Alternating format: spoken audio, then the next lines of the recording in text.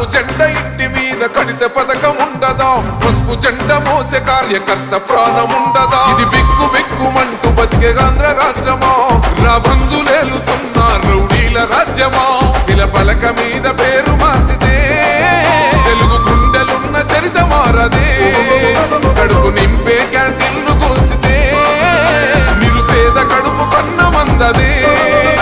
దౌర్జన్యమైన ఈ పాలన ఓర్చుకొని కట్టలనే తెంచుకొని చూసుకొని దూసుకొని